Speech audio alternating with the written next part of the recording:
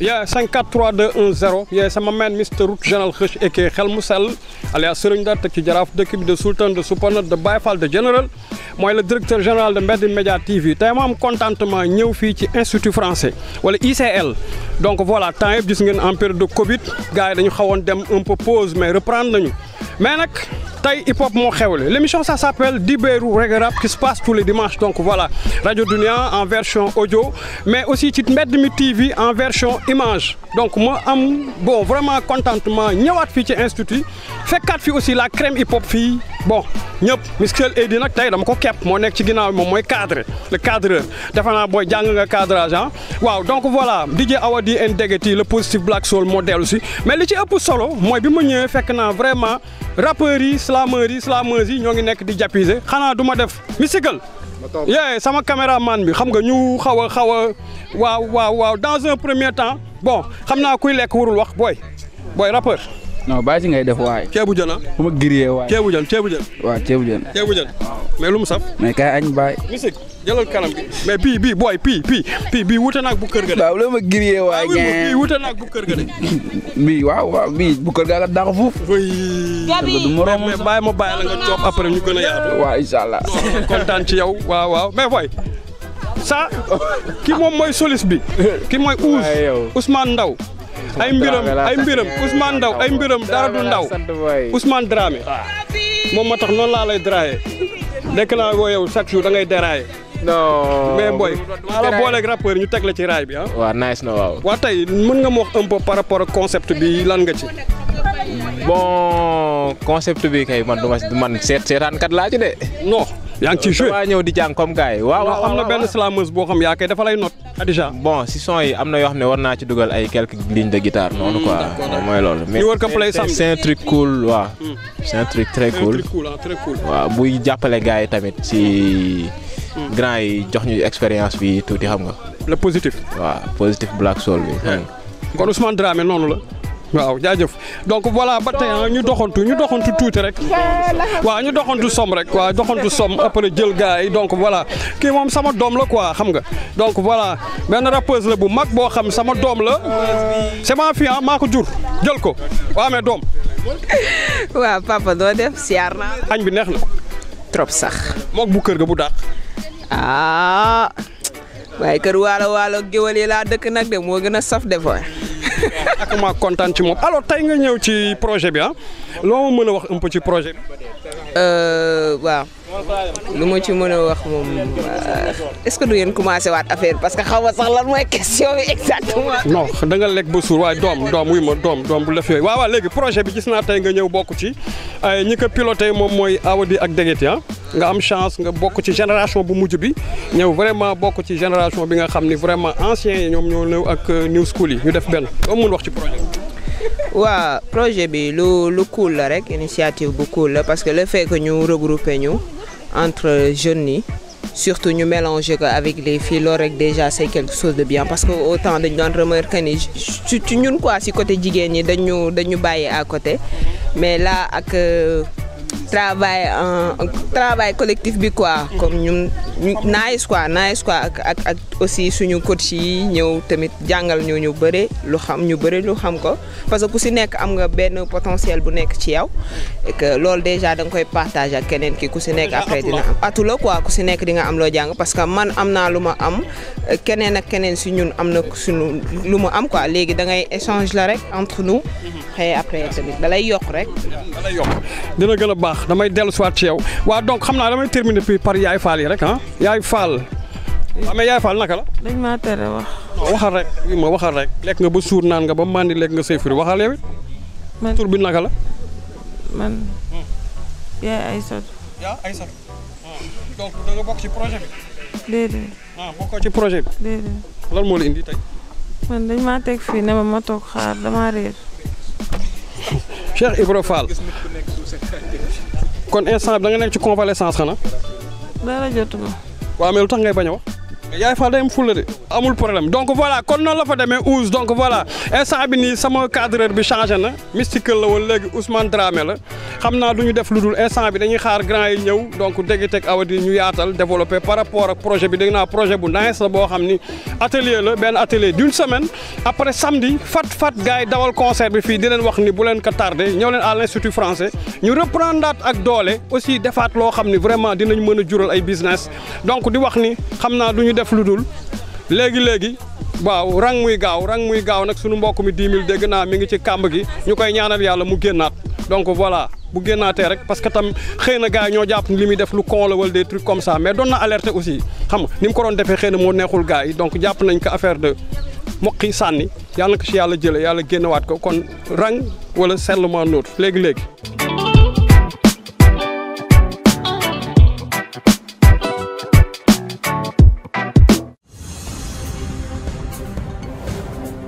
« 3, 2, 1, 0. 0 rejoindre le concept hip-hop from zero to hero. Donc, tey moo def ñi ay héros. Début bi donc 0 la woon. Respect à PBS. Tey moom lañ fi gisaat. Donc voilà, ma meen Mr Root Général Kheuch et xel mu sell à la Serigne Ndar teg ci jaraaf dëkk bi. Donc voilà, dellu ci Institut français pour le concept ça s'appelle Dibéeru Reggae Rap. Ma recevoir tey ci plateau bi ay kàngam, ay ponkal, ay supernat comme ni ñu koy waxee. Ma meen Mr Deg and Awadi. Donc voilà jox leen micro bi rek ngeen nuyoo ak internetu Mbedd Media TV. asalaamaaleykum gars yi man la Dogiti maa ngi leen di nuyu bu baax ku nekk si tur sa sant. Dik. di nuyu ñëpp man la Awadi nekk fii ci Ndar donc di nuyu ñëpp. Suppa Ndaanaan xam nga tey plateau bi lu tax mu nice ñetti caps yi ñoo fi nekk Gédo laa juddoo Gédo la DJ juddoo ma màggee Rubé moom mu màggee Amitié 2 kii moom si Cap Liberté 6 donc Cap si fi nga xam ni fa la hip hop juddoo encore une fois bàyyi leen ci xel le rap est né dans les Sicap dugg nag ci yenn ghetto yi ak yenn quartier yoo xam ni on se dit high level mais Cap si moo amoon cadre yi parce que dama koy faral wax ni rap bu dee États-Unis ci ghetto la juddoo mais bu dee Sénégal ci quartier résidentiel la juddoo muy Cap si dëgg la du dëgg. dëgg la loolu mooy right yes. da nga koy confirmer. yeah. jeex na DJ. Non, je mettrai un bémol. Cap-Si est un quartier middle class. Et justement, l'OL m'a expliqué que le fait qu'on soit au milieu, entre les riches qui sont au point E, Fan Résidence et tout ça, jusqu'aux Almadies, et nous autres, voilà, nous on était au milieu. Parce que si tu regardes même, wow, pour vous c'est vraiment la classe moyenne, mais surtout ce qui fait la particularité de Cap-Si, le métissage culturel. Béninois, Togolais, Cap-Verdien, Guinéen loolu moo tax ay Coladera foofu la génne ay les soirées où il y avait du Zouk Love ay Funana tout ça loolu yëpp même les grands chanteurs capverdiens c'est des gars de Dakar donc il y a un melting pot culturel qui fait que même ay Jacob Desbarrières bu Kassab Sicap tu vois donc Sicap loolu mooy richesse culturelle am moo tax c'est très naturel que le rap démarre de là-bas parce que ñun ñëpp nos copains justement qui étaient dans les quartiers riches nous ramenaient les disques xam nga et puis aussi quand on avait des copains qui voyageaient ils nous amenaient tous les disques et donc ku dëkk Cap-Si forcément da ngay bokk et puis foo dem da ngay bokk soo wàccee da ngay bokk soo yéegee da ngay bokk xam nga loolu mooy esprit Cap-Si c'est pour ça soo gisee waa Cap-Si forcément da ngay nekk nandite plein. boo wàccee da ngay bokk boo yéegee da ngay bokk loolu moo ñu def ay mbokk quoi.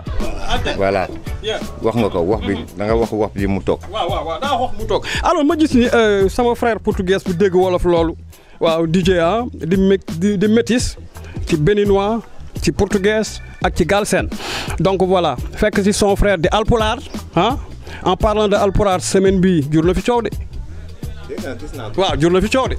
gis naa ko ci réseau yi mais bon xam nga gars yi dañoo bëgg a taal dëkk boo xamante ne voilà quoi jàmm rek a fi nekk je crois que yooyu sortie yooyu c'est pas responsable xaw ma exactement ku ko wax dégg naa gars yi di wax sànq dem naa si réseau yi gis ay nit yi saagante ak affaire yooyu pour man bêtise la quoi nañu moytu bu baax parce que genre affaire yooyu ay Rwanda ku leen waxoon ne genre guerre ethnique yooyu dina fa am duñ ko gëm ak yeneen dëkk xam nga ay Zambie affaire yooyu gars yëpp dund nañ loolu nañ Côte d'Ivoire bi waa bu jege bi xam nga ak seen concept ivoirité ak affaire yi nañu bàyyi yooyu ñun dëkku jàmm lañ ok, le Sénégal c'est un petit pays par sa taille mais un grand pays culturellement et historiquement.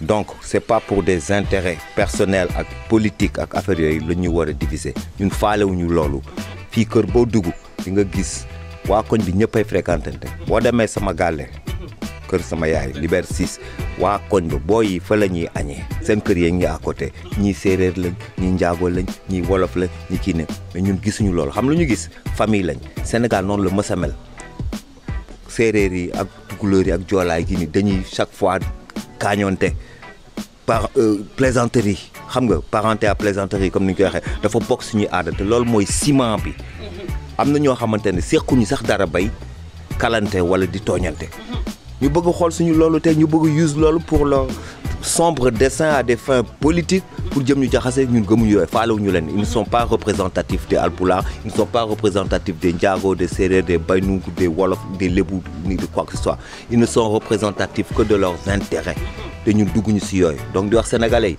gars yooyu dof yooyu di wax yooyu bu la leen faale. c'est sûr alors message bi muy message bu fort message bu noble dama koy faral wax ni rappeurs yi lu ñu mënul régler amul le rap ne se trouve pas dans les cris mu yuuxu mais ça se trouve dans l'écrit mooy comme Cheikh Ahmadou Bamba bi ñu ko laajee bu ñu la gistulee Mbàkke Bàlla mu ni laaj lan ma samay doom bu ñu ko nee bu ñu gisulee say doom fa ni ci bind yi ci xasida yi tey boo xoolee bés biir positif loolu lay déplorer positif aussi de véritable daara quoi qu'on puisse dire di véritable école di school of life school boo xam dañ ko struggle ba dara nekku fi dañ fi nekk di ko try tey boo nee déggati ni Awadi ay décideurs lañu un peu partout en Afrique lu mënti am on les appelle alors DJ ma gis ni loolu da ngeen dem ba am respect boobu lan moo ko waral. respect boobu trajectoire la respect boobu liggéey la respect boobu aussi c'est dañuy delloo lu ñu yàgg sàmm c'est-à-dire le respect de chaque être vivant d'abord de chaque être vivant en Afrique surtout chaque être vivant au Sénégal donc ñun loolu la ñu gëm si loolu la ñu yare notre formation politique notre formation idéologique notre formation sociale et juste humaine et notre éducation nous apprend qu'il faut respecter les gens et après ils te le rendent quelqu'un que tu respectes il te le rend donc on a eu cette chance de parcourir le monde et partout on a essayé de représenter ce continent avec beaucoup de dignité, de fierté et d'originalité. Et donc, ce combat qu'on a fait pour l'image de l'âme noire, donc Positive Black Soul, ce combat-là, beaucoup de gens se le sont appropriés. Donc, ils se retrouvent dans Sunuy idée. Donc, voilà pourquoi, jusqu'aujourd'hui, malgré tout ce temps, ça fait 31 ans, nous disons parce qu'aujourd'hui, il y a des gens qui ont commencé, ils étaient jeunes. Aujourd'hui, ils sont des décideurs. Et donc, comme à un moment, nous nous donnons un impact qui nous dundin, donc ils se disent, bon, suñu gars yi xëy na am nañ ci xalaat donc dañuy laaj suñu xalaat et puis bon nous aussi chaque fois on pense on dit ce qu'on pense et on pense ce qu'on dit et voilà et on le dit quoi tu vois loolu lañ fi am tu vois. On a décidé de ne pas être militaire, on a décidé de ne pas être menuisier, on a décidé de faire de la musique consciente. Donc forcément, c'est avec cette musique qu'on essaie de conscientiser. Mais juste avec l'esprit et le concept soldier, parce que tey boo xoolee ba ci biir mën naa ni Awadi ci ay idolam da nga gis Thomas Sankara sunu président ñun ñëpp le président d'Afrique est mort donc voilà. mooy bi groupe bi nga xam bokkoon naa muy Black Power System si seen compilation lañ ko génne woon le président d'Afrique est mort donc alors tey Thomas nekkoon véritable soldier véritable leader boo xam ni dafa ñëw xool ñi ñàkk mu ni ñii dama leen war a dimbali da nga doon dem Burkina tu vois nettement que ni Thomas du woon xaalis du woon succès moo ko intéressé mais aider le pays tey moom la l'imam Dicko bu Mali def génn ànd ak peuple bi libérer aussi peuple malien bi parce que gis nañ dictateur bi dafa yàgg dafa yàgg ay affaire de royaume nekk ci kaw ak sa famille buur di buum di bummi alors les Sénégalais yi nga xam ñooy élire gars yi ñooy dem ci urne yi ñooy sonn ñooy joxe seen dënn saa su ne lekkuñu naanuñu am nañ problème tey Sénégal coow bi daf fi bare tey jàppal Sonko jàppal Macky jàppal kii jàppal nangam sangam alors yéen ban jàngat ngeen def ci position politique gu Sénégal. Politique du Sénégal ñun li ñu si gis mooy ne que honnêtement bu fekkee ne dañuy waxante dëgg rek te yàlla tax il y a pas énormément d'évolution ok et que les fautes sont partagées aussi ok, les fautes sont partagées, autant par le pouvoir que des fois et très souvent par le peuple. Un peuple qui ne sait pas dire non quand il faut dire non.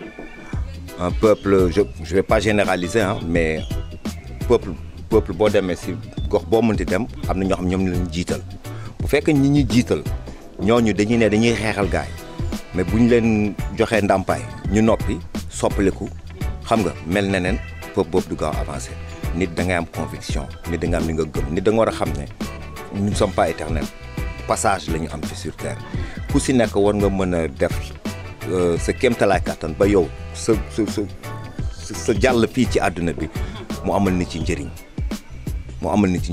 faut pas être égoïste te égoïsme dafa bëri fii y a beaucoup d'hypocrisie nañ ko wax te dee waaw da ngay ñi dëggu tamit ñi ngi fii bëri nañ mais est-ce que gars yi nga leen di déglu tey jii ne dafa mel ni kii dàq diggaatee ak waxaate wax gars yi nga xamante ne moom lañ bëgg a dégg ñooñ la gars yi di gën a déglu ñooñ lañ gën a kii mais dëgg lu mu metti ku la ko wax war nga si bàyyi xel nga xalaataat bu baax ni c'est le même système qui revient à chaque élection on revoit le même processus xam nga kañ lañ siy génn il faut ñun ñu xam lu ñu bëgg nguur dafay liggéey mais lu tax ngay toog di xaar nguur si le gouvernement t'oublie oublie le gouvernement le président t'oublie oublie le président et fais ton bonhomme de chemin entreprends ñun dañoo hérité si et loolu boo ko xoolee bu baax fii si Afrique c'est comme ça quand tu vas dans les pays dans d'autres pays qui sont lusophones ou anglophones ils ont plus un esprit d'entrepreneur mais ñun ici c'est surtout la polémique la bureaucratie wax ki ni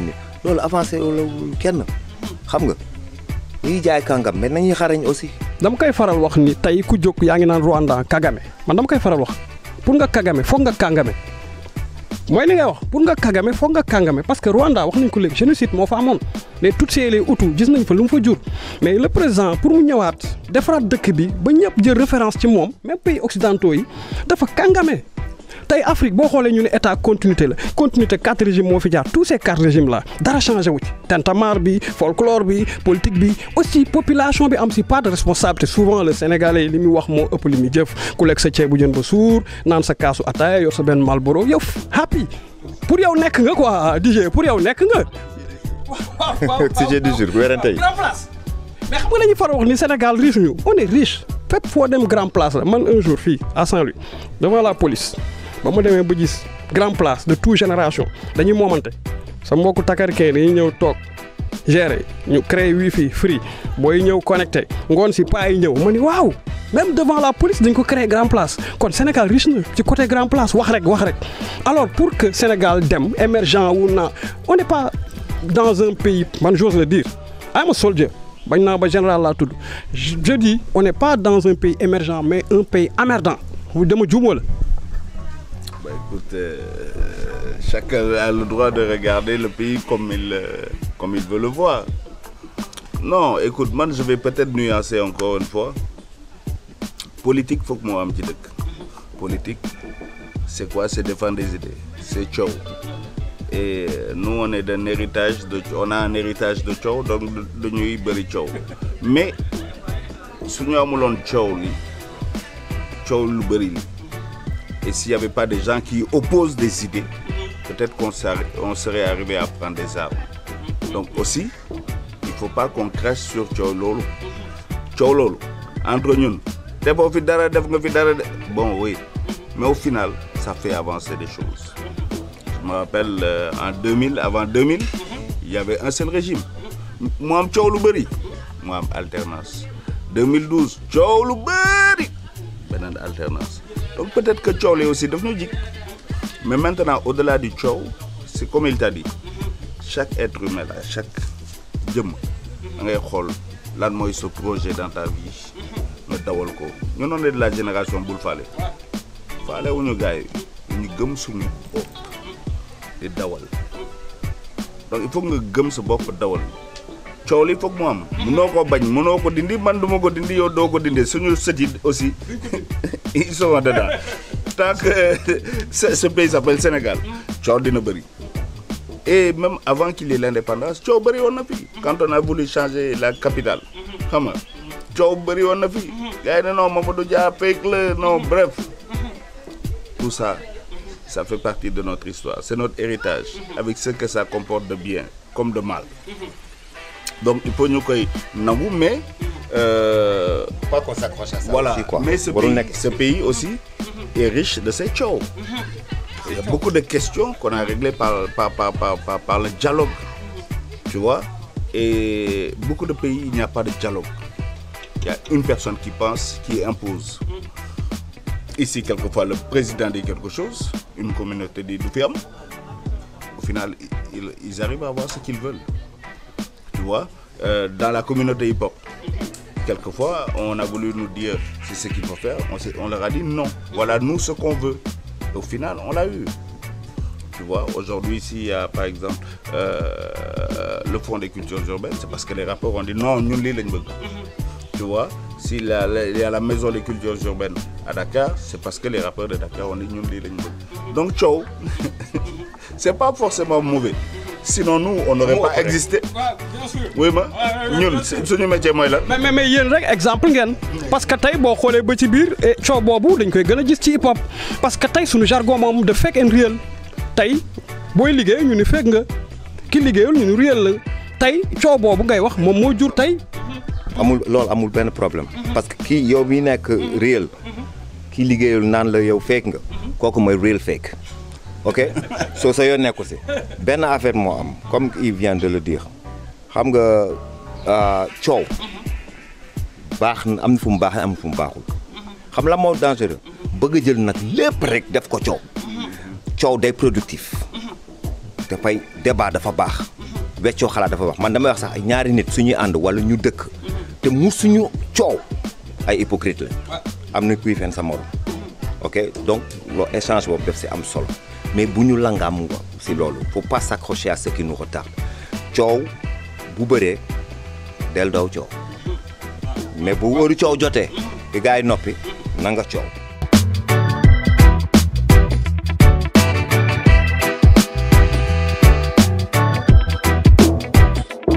parce que nous sommes des députés hein. Les hip-hop nous sommes les vrais députés.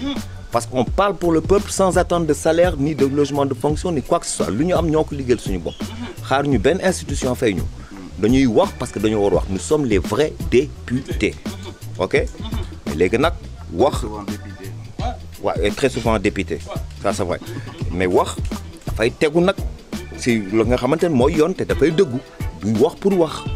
xam nga mais en parlant de député en parlant de député sax ñu bi benn parenthèse ba léegi yéen ñuy suivre internetu Mbed Media TV donc tey ñu ngi ci benn plateau bu riche boo xam ay kàngam laa dal donc ma meen Mr Awadi Ndegeti donc voilà ba léegi ak âge bi ñoom bàyyi wuñu tey bu ñu yéegee ci scène bi gën leen metti yéen booy ndaw yi ma tendance oui parce que flow baa ngi fii lyrics baa ngi fii xel mu sell maa ngi fii et puis plan scénique baa ngi ci biir donc en parlant de député le feu Latif Gueye yàlla na ko yàlla yërëm demoon na ba jël hip hop bi di liggéey ak ñoom ba yow Degeti te gon naa yaa ngi woon ci liste bi da nga waroon sax nekk député j'ai entendu ces rumeurs est-ce que vrai ou faux avec Latif Gueye. ak Latif Gueye ah kon de tàgguwuñu ma biñ ma siy dugal non yëguma ko wallaay. dama déggoo ak régime moom doon na liggéey ak hip hop bi comme Sonko ni mi def ak ay ñoom nit doof ñoom xurum xaq nitu dëgg bon indi woon na yëpp xam nga parce que leader politique dañuy ragal rappeur man dama koy wax. la Y'en a marre am na ci ay éléments ci bokk yu gën a jàng certains ministres et députés. mais bi ñu jàppalee Macky ba mu toog bon si benn côté laay wax parce que tam bokk nañ ci combat bi mais nommé wuñu leen benn poste du sénateur du député du leneen du sax conseiller lu dul ay ONG lañ leen dugal ni leen booy yéen rappeur ngeen da ngeen bëri coow temps lekk leen foofu seen xaalis te pourtant le rappeur il peut être Degeti il a des diplômes Awadi kazalika noonu te Afrique da ngay dugg ñu ne nga gis ay émissions yu haay un Awadi toog di défendre l'intérêt de l'Afrique un Degeti toog mais pourquoi pas fii au Sénégal jëluñu les rappeurs dugal leen ñu nekk aussi ci biir government bi. Écoute en parlant de Y'en a marre dugaluñu leen ci ONG ils étaient dans leur trajectoire ils ont choisi de travailler avec des ONG mais c'est pas le gouvernement qui les a mis là-bas et ils ont refusé de travailler avec le gouvernement parce que on leur avait proposé le bureau des cultures urbaines logé à la présidence. Il faut dire, on doit ça à la vérité. On leur a proposé ça et ils ont refusé. Et ils ont raison. Parce que ce n'était pas dans leur... Ils n'ont pas fait ça pour des postes. Si tu te bats pour un poste, eh bien, oui, mais maintenant, si un MC demain a envie de faire de la politique, il a le droit de faire de la politique, il a le devoir de la faire, et puis, s'il veut un poste, il se bat pour ce poste. Mais ça ne doit pas être non, je vais appeler pour nous donner un poste. Si tu prends un poste, c'est parce que ça match naturel. Tu vois? Si tu prends un poste, c'est que ça match naturel, c'est pas... Tu ne dois pas le faire parce que oui, je appelé dans combat qu'on donne mon poste. Non. Tu vois? Sinon, lui et moi, on serait ministre depuis longtemps. Tu vois?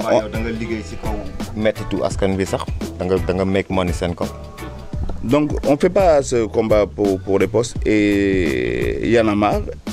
On leur fait un très mauvais procès, mais ils ont fait leur devoir. Et je peux te dire, on leur a proposé le bureau des cultures urbaines logé à la présidence. Et ils ont dit non. Donc, il faut nous aussi le degré. Et ils ont raison de travailler avec des ONG. Oui, avec des marques. Oui, ils ont raison. Parce que justement, ce n'est pas l'État qui va leur donner. Ce n'est pas le gouvernement qui doit leur donner. C'est le fruit de leur travail. S'ils font un travail de sensibilisation, ben ONG gis na ci bopam, ñom ñu gis ci sen bop, mais ils ont le devoir de travailler. Tu vois, il faut... Moi, je crois à l'entrepreneuriat. Nous, loolu ñu gëm, loolu ñu yàgg prôné, dire aux gens, soyez des entrepreneurs. Voilà, quand tu es entrepreneur, tu es indépendant financièrement. Donc tu peux ouvrir ta grande bouche quand tu veux. Si tu n'es pas indépendant économiquement, la main qui te donne à manger va te dicter ses volontés. Mais le positif, pense un jour, si je dis le positif, parce que un moment, c'est vrai, du ma ne cassure, ñi xamul ñooy wax diggante Awa Deg Degeti musul am problème positif Black Soul musul tas xëy na yenn danseurs yi ñoo jël seen yoon parce que maa ngi koy wax ci njëlbeen positif Black Soul c'était beau. C'était les deux leaders, les deux ténors, Chikanam. C'est bien. Oui, voilà. Et puis, il y avait les... Nous avons tosté, nous avons fait curry, mais nous avons fait fractac squat, danserie, nous avons fait nous avons ténori, mais bon, les gens ont parce que nous avons dit il faut kenn ku lay jël sa yoon xam nga Awa di dugg tuuti dem Bawol États-Unis Degeti dem police Suisse xawma dem Bawol xari mat parce que njaboot gaa ngi leen di sonal mais un moment gis nañ fi ay carrière solo foofu laay waxee quoi métaphore la ci biir donc kenn ku ne def say album solo Awa di génne parole d'honneur mooy first album bi nga xam moom nga def solo mu am découvert RFI Degeti ñëw aussi tam def beneen affaire ñu déggoon la États-Unis par benn label maison disque bu mag donc après yoon di dem mooy li Oumar Pène wax sunu grand ak Youssou Ndour yàgg daañu tase amaat grand yi ils se sont dit que ni sonn nañ ci ma bawal ji kii ni sonn naa si jaay bitigu mbagg donc il faut que ñu jël kër gi ñu tëggaat ko parce que PBS kër la du dëgg c'est une maison c'est une famille kenn mënu ko tas alors looloo jur tey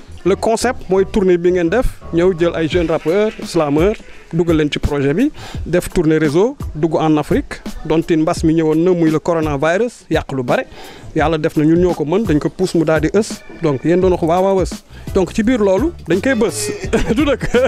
artiste la quoi non dëgg waaw ay ngalaju kay ay ngalaju doy waar sax non li nga wax dëgg la bon il faut que nit ci comprendre que benn moment aussi. gis nga ay nit suñuy ànd lu yàgg à un moment nag ngeen baal ma si mu ki xam ne ils s'emmerdent à refaire chaque fois la même chose quoi.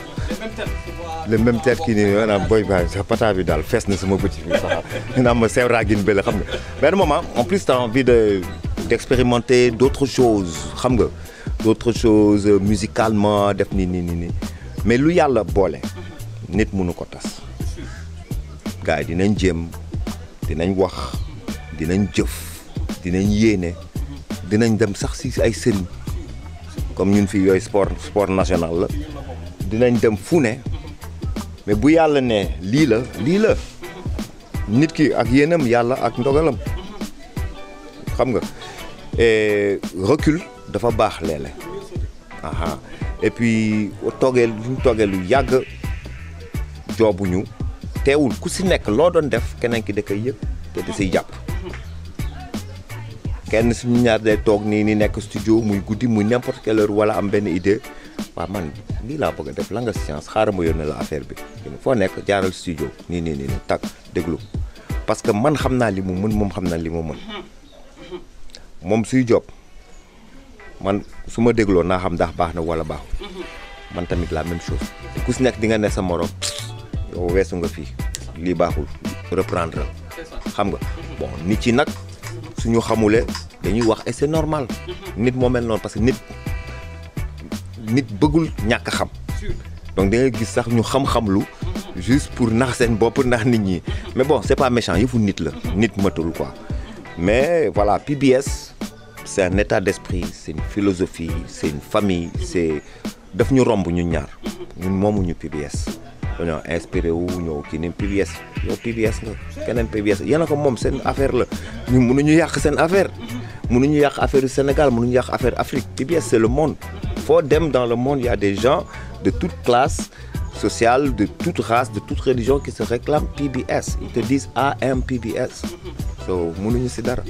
PBS Positive Black Soul école la comme ni ma ko waxee université la temple du savoir la ñi fa jaar ñëpp am nañ fa njëriñ benn ci man mii fi toog parce que nekkoon naa tout tànk di leen suivre daan gis ngeen teg ay concert ñu naan xoola dof yi yanu ay baaful teg xale yi topp ci xale bu jigéen bi sax dem ñu dóor ko dóor yu metti bul topp dof yi tey dof yi ñoom ñoo dem ba créer mais véritable empire xam nga tey dof yi nga doon wax démb ñoom ñoo nekk tey ay décideurs dof yi ñoo teg ay entreprise dof yi ñooy embauché en parlant de ça gis nañu ci Joe Sankara gis nañu dégg yi aussi li nga teg alors fenn rek laay waxee mooy est-ce que héritage boobu booy yi waruñ ci woon gën a bénéficier wu mooy PBS nekk benn école de formation que booy yi ñëw di fa taataan xam-xam ñu leen di jàngal bu baax rap fu mu la yóbbu parce que tey waaw parce que tey non mais Mbedd mi TV la Freedom Awdi bu la neexoon sax saa nga wuyu xam naa contrat yi ngay bañ ñu jël ko rang muy gaaw donc alors Awdi PBS nekkoon une véritable école de formation booy di ci bénéficier wu di dugg ci biir di ci taataan ñu leen tàggat bu baax parce que booy yi mën nañu rap lool tey booy yi ku ci bind nga ni waaw parce que ñun fi ñu tolloon démb ay rime simple lañ doon utiliser quelques rimes embrassées et autres mais booy tey ñu ngi ay name dropping ay booy ñu ngi dugal ay punchline affaire yu doy waar yooyu xam nga mais xamuñu nu ñuy jaay seen produit dañuy génn album mu nice ñu may ko ci plateforme yi mu gratuite booy c'est rare nga gis booy bu dawal sax vélo ñi ci am gis yoon bi ba dawal oto wala moto da nga leen di wàññi te mën nañu rap quoi trop c'est parce que demuñu tàggat grand yi tàggat leen demuñu si ëttu grand yi def ci ñoom lu tax PBS créé wul loolu quoi. si pourtant PBS créé na ko ñu bëri jaar nañ ci ñun te aujourd'hui ay ndaanaan lañ ci dëkk bi si tu prends tous les gens qui sont passés par la compilation Sénérap 1 et 2 si tu prends ñoom ñëpp c'est devenu des patrons xam nga aujourd'hui Xuman il a sa boîte de production bon il y en a plein qui ont leur truc voilà ku bëgg daal ñu échanger xam-xam ñun dinañ ko def ku ñu woo ñu échanger xam-xam donc aujourd'hui tous les gens qui sont passés par nous je sais pas moi Carlou D c'est un patron je sais pas Baye Soleil aussi il a son entreprise c'est un patron il y en a plein tu vois tu peux en citer jusqu'à demain mais comme tu dis il faut juste que